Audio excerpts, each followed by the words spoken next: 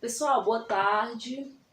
Como eu havia falado para vocês, alunos do terceiro ano, eu dividi o capítulo 4 em dois momentos. Então, na última aula nós vimos a Grande Depressão, né, a crise de 1929, e hoje irei falar sobre a ascensão dos fascismos, assim mesmo, no plural. Por quê? Porque eu vou falar sobre um pouco, né, o fascismo italiano e o nazismo alemão. Então vamos historicizar, né? Como esses movimentos de extrema direita conseguiram ascender ao poder e gerar até um conflito, né? Um conflito mundial. Não só eles, mas grande parte por conta dessas ideias, sim, e do expansionismo, né, de Adolf Hitler. Então, pessoal, mais uma vez a gente vai ter que recapitular um pouquinho sobre a Primeira Guerra Mundial. Vamos lembrar que a Alemanha foi culpabilizada pela guerra, teve que assinar um tratado humilhante. A Itália, mesmo tendo mudado de lado durante a guerra, não teve grandes benefícios. Então, resumindo, a Alemanha e a Itália saíram da guerra humilhadas, né? E começou uma grande crise econômica, crise moral, em toda a Europa. Mas nesses dois países juntou-se a isso essas ideias, né? Na Itália, Benito Mussolini, ele acaba fundando o partido fascista, né, ou fascista, como queiram, e acabou ascendendo ao poder por meio das táticas que são conhecidas dentro do fascismo. Que táticas são essas? A violência, o terror. Eles utilizam do desespero das pessoas para tomar o poder. Eles procuram um bode expiatório, culpabilizando essa determinada classe política ou social, ou até mesmo étnica, pelos problemas de um país. Então, esses fascismos eles têm em comum isso, sem falar do nacionalismo e do militarismo. Então, no pós-guerra, essas ideias elas vão ganhando cada vez mais força dentro da Itália e da Alemanha. E com a crise de 29, que foi o conteúdo que nós vimos na última aula,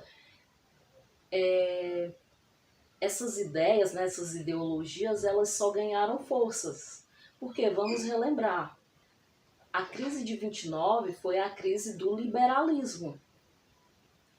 E dentro do fascismo, eles não utilizam o liberalismo econômico, eles utilizam ideias de um Estado forte, centralizado. Daí, muita gente confundir fascismos, né, com comunismo. São coisas diferentes, são extremos totalmente diferentes. Mas, como tem a questão do Estado forte, muita gente, né, que desconhece a história acaba fazendo essa confusão.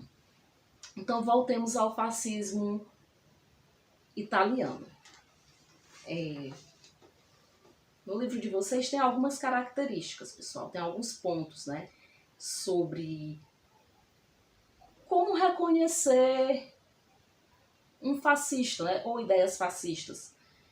O indivíduo deve se subordinar ao grupo, comunidade nacional, aversão à democracia, e é esse ponto que eu queria chegar. Os fascistas, eles são totalmente contrários à democracia.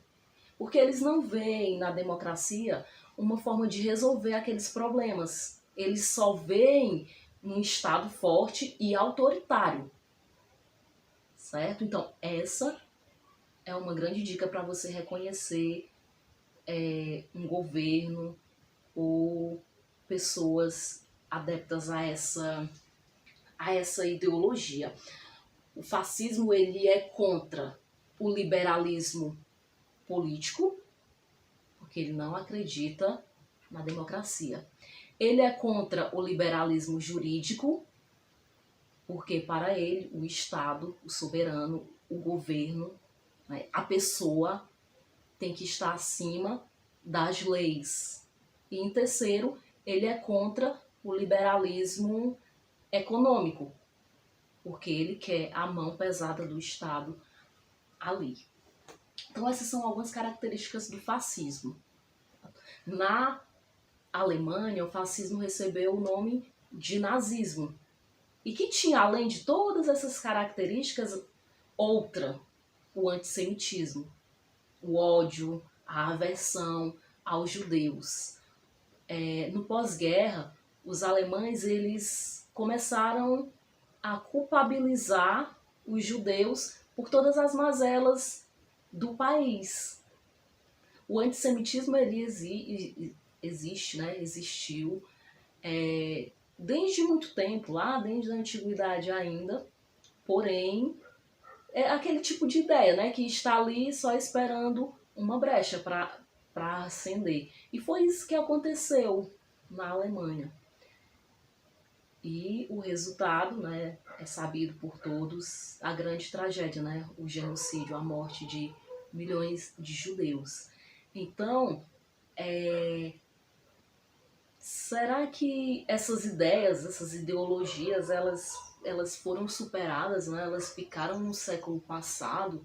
E aí você vê hoje a ascensão da extrema-direita no mundo inteiro, pessoal.